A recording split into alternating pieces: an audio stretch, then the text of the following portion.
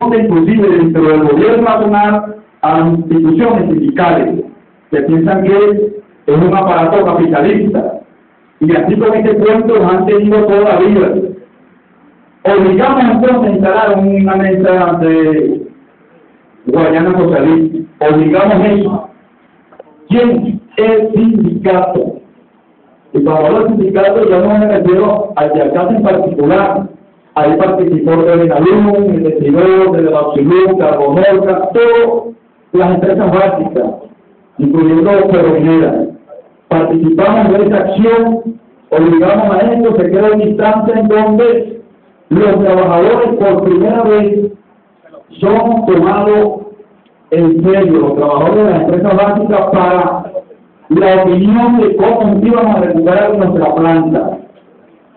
Y surge una dinámica importante, participan trabajadores y trabajadoras, vienen 6 ministros del gabinete de Chávez, se instalan con nosotros, hacemos una discusión, se plantea la elaboración de un plan, ese plan surge de allí, de esos trabajadores, de los trabajadores y las trabajadoras que participamos en estas primeras mesas. Se plantea entonces que desde Guayana se va a hacer la primera plataforma socialista y tenemos un tiempo para lograrlo, que es 2009-2019, es decir, una década, para poder establecer en el 2019 una primera base socialista. Y se plantea que es de Guayana por las condiciones que tenemos aquí y por una experiencia vivida aquí en Guayana. Ustedes recordarán, y han vivido muchos también, cuando la causa R, a través de los matanceros, lograron tener el poder no solamente sindical, sino el poder político, y además también para la gobernación del Estado, sino que ganaron la presidencia de la República. Lamentablemente para los que creyeron en ese proyecto fueron traicionados. Pero esa experiencia sirve como insumo para que el gobierno nacional desde Guayana se plantee el establecimiento de la primera base socialista, porque conoce que aquí hay una vanguardia de trabajadores, porque conoce que aquí están dadas las condiciones objetivas para que los trabajadores podamos asumir el control y el empoderamiento, al menos en esta fase, de los medios de producción, al menos por esta fase. Si planteamos el tema de la propiedad, porque ese es otro tema. El tema de la propiedad es otra lucha, porque hasta ahora esto que estamos viviendo es un trance de un modelo capitalista a un modelo aspirado socialista, pero aún permanecemos sobre estructuras intactas del capitalismo. Por lo que entonces la respuesta a los hechos, acontecimientos y eventos tienen que estar enmarcados en esa realidad objetiva. Yo no me puedo plantear aquí resolver un tema con la aspiración o con procedimientos para abordar el tema en el marco socialista, porque no lo estamos, y en eso tenemos que estar claros. Ahora fíjense, esa comisión ministerial recopiló todo el trabajo que hizo esa gente, esos trabajadores. De allí concluyó que los trabajadores seamos capaces de abordar esa tarea, la tarea de administrar, porque otro cuento chino que no tenían era que solamente los que podían eran los gerentes y los presidentes de las empresas y la junta directiva, porque estaban como algo así bendecidos por una gracia divina, y entonces eran los únicos que sabían y podían. Fíjense ustedes, demostramos entonces en esta instancia que logramos establecer por imposición de la movilización de los sindicatos acompañados de los trabajadores, logramos aclararle no solamente a Guayana, sino al país, de lo capaz que somos los trabajadores de las empresas básicas. Contra esta opinión de los tecnócratas y burócratas que existen todavía en este gobierno revolucionario, que solamente esa clase de burócratas y tecnócratas son los que saben. Allí derrotamos esa posición. ¿Y con qué nos derrotamos? Con genios, sabios, ¿no? Con los trabajadores que conocemos, tenemos conocimiento, que nosotros los trabajadores está resumido en el caso de Alcántara, 42 años de vida laboral, de experiencia, de acumular saberes, de acumular conocimiento.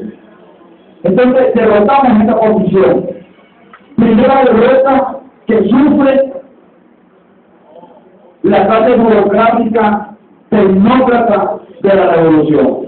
Porque así como nosotros criticamos en la Cuarta República a esa clase burócrata y tecnócrata, no queda distinta república distinta, no es mentira. Y es peor, porque entonces en nombre de la revolución intentan someter a los trabajadores porque yo soy rojito y entonces estoy bendecido por la revolución, y a nombre de la revolución yo hago de cargo porque soy revolucionario.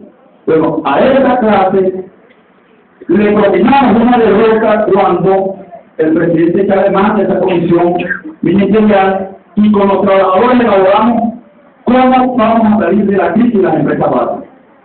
Es un triunfo del movimiento, porque inclusive así como estábamos peleas en la Cuarta República, en los modelos neoliberales, para que los trabajadores tuvieran mejor presencia, también la estamos dando ahorita acá, porque no tenemos posar de ningún tipo, porque no tenemos grado de pago de ningún tipo, y somos capaces de pararnos frente al presidente Chávez, como lo hemos hecho, con el Consejo de Ministros sentado, a debatir con él los errores de su ministro, de cómo el ministro que lo acompaña, que no creen que los trabajadores somos la clase social para la transformación de Venezuela. Hay ministros que no lo creen.